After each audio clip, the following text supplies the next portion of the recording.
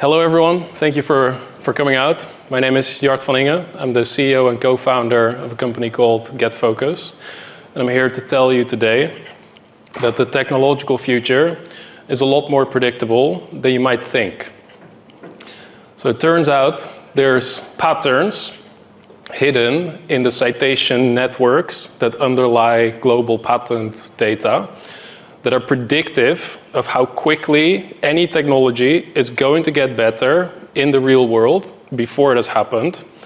And by measuring what we call improvement rates, it turns out you can predict which technologies are going to dominate long before it's obvious.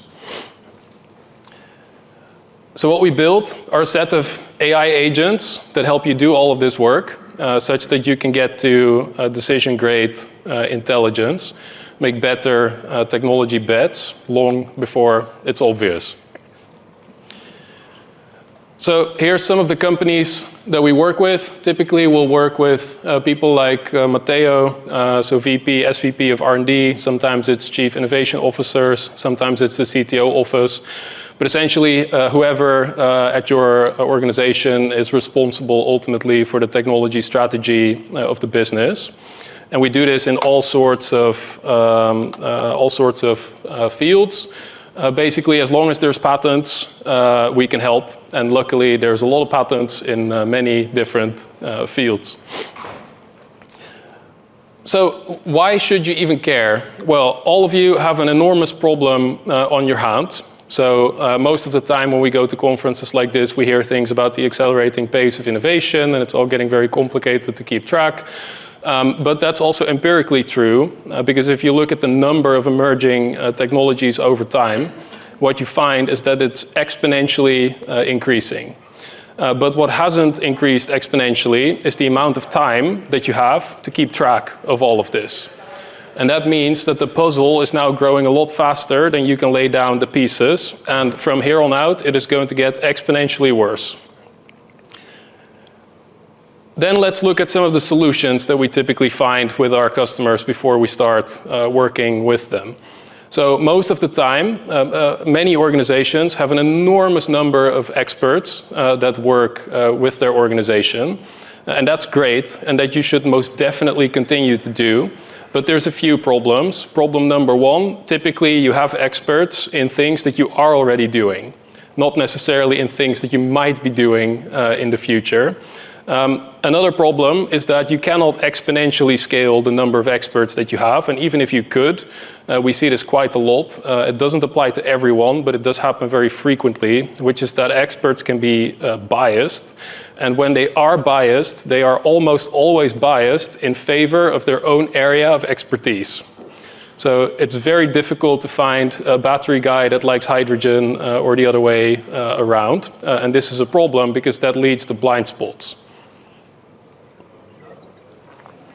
Then you can monitor trends. And for trend monitoring, there's 1,000 tools out there. There's 1,000 methodologies. But typically what these will do is they'll monitor activity and they'll count it to some extent. So they'll look at investment figures. They'll look at the number of startups that are popping up in this, that, or some other area. They'll look at patent trends. They'll look at research publications. But almost always they'll count. And the problem with that is that it's a great way to figure out what is popular. But the issue is that if you look throughout history, there's lots of really popular, really stupid ideas. So just because a lot of people are doing something doesn't mean that you should. It just means that they are. So the question is, how can we actually turn all of this into a science? And turns out you need to do 4 things, which is what we've built our AI agents to do. So first of all, for whatever domain you're in, so whether it's batteries or materials or semiconductors, you need to figure out what are all of the emerging technologies in my area without making any assumptions. So we just let our AI agents loose. They go screen global patent data and everything else that they've been trained on to figure out what is the whole long list of any single emerging technology within my business, just to remove the blind spots. Then the second step is to figure out whether these technologies are any good for the use case that you have in mind. So certain technologies just don't work for certain use cases, or they might be too immature at the moment to take seriously. So we need to figure out what are they, how do they work, and do they apply to what I do. And for that also we've built AI agents. Then the big question, so you can think of these first two steps as a funnel, right? What is everything? And then we want to narrow it down to those technologies that you can take seriously. But the big question that remains is how quickly are any of these technologies going to get better? And this is the key thing that makes us different from everyone else. Like everyone has a way of monitoring, but the issue is that this is a dynamic system and it's constantly changing. Every year technology will get better. The question is how quick.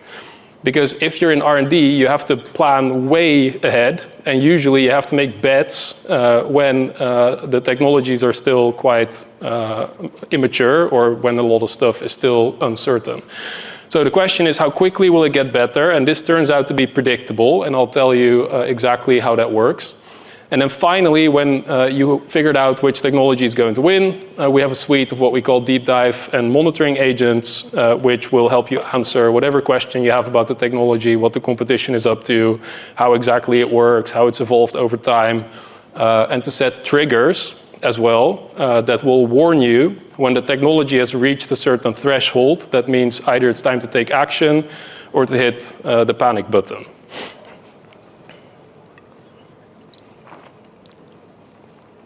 So before I tell you about exactly how it works, our forecasting methods are inspired by and co-developed with MIT. The US Department of what used to be Defense was our launching customer back in 2021. We won an innovation award at the Consumer Electronics Show, first time they ever had the AI category back in 2024. And also our insights are used in the US White House to partly determine the national technology strategy of the United States. Right, so how on earth can you predict which technologies are going to win? So back in 2018, I was at the AI department of Volvo Cars in Sweden. And I went up to the head of that department and I pitched him about, hey, what if we stop guesstimating what happens in the technological future and we start to try to measure and forecast it? So they liked that idea, so we started working on it. And then I found out that there's a group of researchers at MIT that have been working for 30 years on trying to figure out what even is technological change, why do some technologies win and some lose, what is Moore's law exactly, why are some hyped and they go away and others fly below the radar and all of a sudden they dominate. And at some point, these guys figured that although there's lots of theories about this, they didn't have much data. So what they set out to do was to empirically measure how technologies have actually evolved over time, both from a performance and from a cost perspective. So they defined these 28 domains of technology, going from 3D printing to magnetic information storage, DNA sequencing, you name it, they looked at it. And for each of these domains, you determine a key performance indicator, which always reflects the trade-off between the performance of the technology and the cost. So basically, for every year in which a device is on the market that falls into one of these categories, you look at the performance, you look at the cost, and you do that for every year in which you can find devices in that category. And you track over time how quickly did how much bang for my buck I got improve over time. Now, that sounds a bit theoretical, so let me show you a practical example in the case of hard drives. So here we're looking at HDDs, the old school magnetic spinning disks to store information. Every dot that you see on the graph is a hard drive that was on the market at a certain point in time. And so you can see on the y-axis how many dollars you would have to spend per gigabyte of storage. And you can see that it got a lot cheaper over time. But the interesting thing about this chart is that the y-axis is logarithmic. So what looks like linear progress is in fact exponential. And what is also interesting is that the rate of change over time is remarkably consistent in this case averaging at about 32% year over year. Now, what they found, remarkably, is that this pattern of consistent exponential progress at a certain percentage year over year can be found in every single field of technology that they measured. Only difference being that from field to field, this rate or this law is very different. So, for example, at the top you can see optical telecommunication, which improves at about 62% year over year. And all the way in the bottom you can see milling machines, which improve at about 3% year over year, and everything in between. Now, even with 3%, right, if you think of it as interest on a bank account, 3% plus 3% plus 3% eventually becomes an exponential curve. But of course, if you get a 62% interest rate, that exponential curve will be a lot more aggressive. Now, so far so good. We know that there's this law of progress in any field of technology that you look at if you measure it properly. But there's also problems. Problem number one is it took them 6 years to do this. Because you can imagine, for all of these dots, you have to go back into the history books, look at spec sheets. It's a whole mess of a job, and it takes an endless amount of time. And problem number two is that you can only do it when it has already happened. And we're in the business of R&D, so we need to figure out ahead of time what is going to win. So the question is, how can you predict it? And that's when we started thinking about patents. So why patents? Well, generally speaking, before it's on the market, you'll find it in the patent literature somewhere in some way, shape, or form. Virtually everything gets patented in one way, shape, or form somewhere around the world. The only thing, personally, that I think is funny about patents, because it can be quite a dry subject matter, is that it's literally the only thing that we actually agree on globally.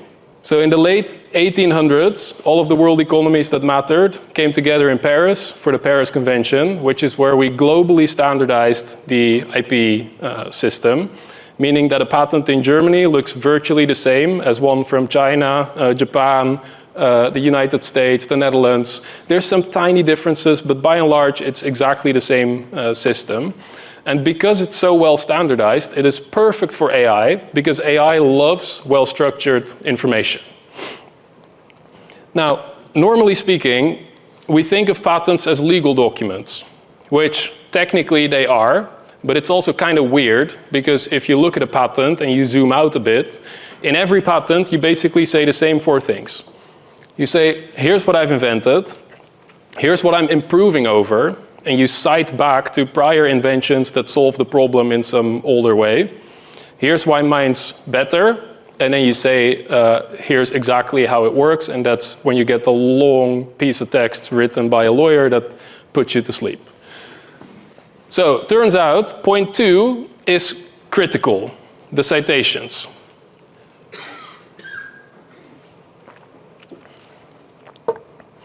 So with these citations, we can calculate interesting things.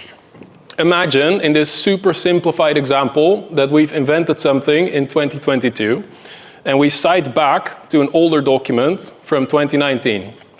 That means that apparently it took 3 years before we were able to come up with the next step for this field of technology that was worth patenting again. This we call cycle time. And the easiest way to think of it is, for a field of technology, how many years does it take to come up with the next step? The next thing we measure is, once this new invention has been published, how much does it get cited by subsequent steps? Which tells you something about the magnitude of the step forward. This we call knowledge flow. And the easiest way to think of it is as, how big are the steps? So how quick are the steps? How big are the steps? Then what we do, again with AI, so imagine now we have a whole long list of 40, 50, 60 emerging technologies in your space that you want to monitor and you want to figure out which one's gonna win. For each of them, we make a unique patent landscape because we need to find every single invention throughout all of history that has contributed to this technology. Then when you have all the patents, you divide them by year. And for each year, you calculate the cycle time and the knowledge flow. So how old are the patents that are being cited, and when they get published, how much do they themselves get cited? And that turns out to be a remarkably strong predictor of the rate of improvement of the technology, because we found out with MIT that technologies that improve fast have short cycles, and when new generations of patents get published, they tend to get cited a lot. Whereas slow improving technologies have very long cycles, and when those patents get published, they hardly ever get cited by subsequent steps. So whereas your average optical telecommunication patent, when it gets published, it'll cite back 3-4 years. And then when it gets published, it gets cited at least a handful of times on average. Whereas for milling machines, they'll cite back 40, 50, 60 years. So we're improving over really old information already. And when they get published, they hardly ever get cited by subsequent steps, and everything in between. So basically, if you can just find the patents, you measure these two metrics, you can very accurately predict the rate of improvement. And then the question became, okay, cool, nice science experiment so far, but can we actually use this for anything practical? So what we did, and I'll just show you one example, but if you're interested, we have dozens of these cases, is we looked at a case from the automotive industry, the hydrogen fuel cells versus batteries. Because although now all the hype is around batteries, for a long time it was about hydrogen fuel cells. And in the late 90s and early 2000s and even later, automotive industries all around the world sank billions and billions into fuel cell development. And so the question is, could you have seen coming that that was a bad idea? So here you see two lines. So on the y-axis we have the rate of improvement. Now, whether it goes up or down doesn't really matter. Again, think of it like an interest rate. So even if it's going down from, in that case, almost 100% back to about 50, that still means that you get 50% improvement. And so here you could have seen since the early 2000s that lithium-ion batteries were improving much, much, much faster than hydrogen fuel cells. So that also means that you could have seen coming already then that we would have a lot of batteries now and not so many fuel cells. Same story for solid-state drives versus hard disk drives that we could have shown you in the 80s already, that disruption was going to happen. Same for online payment versus offline payment. Nowadays we pay everything online. It wasn't always like that.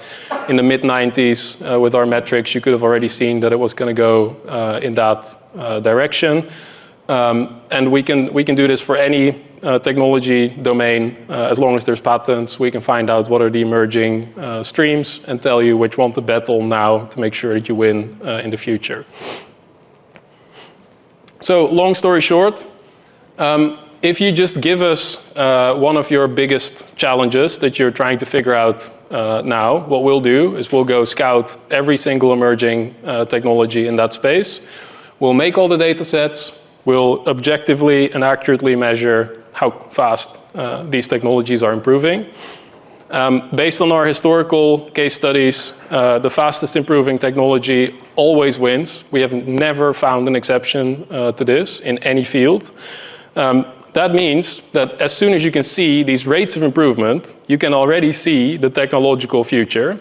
And that means that you can make better, smarter investment decisions and get a totally unfair competitive advantage compared to those that don't have such technology. Thank you very much.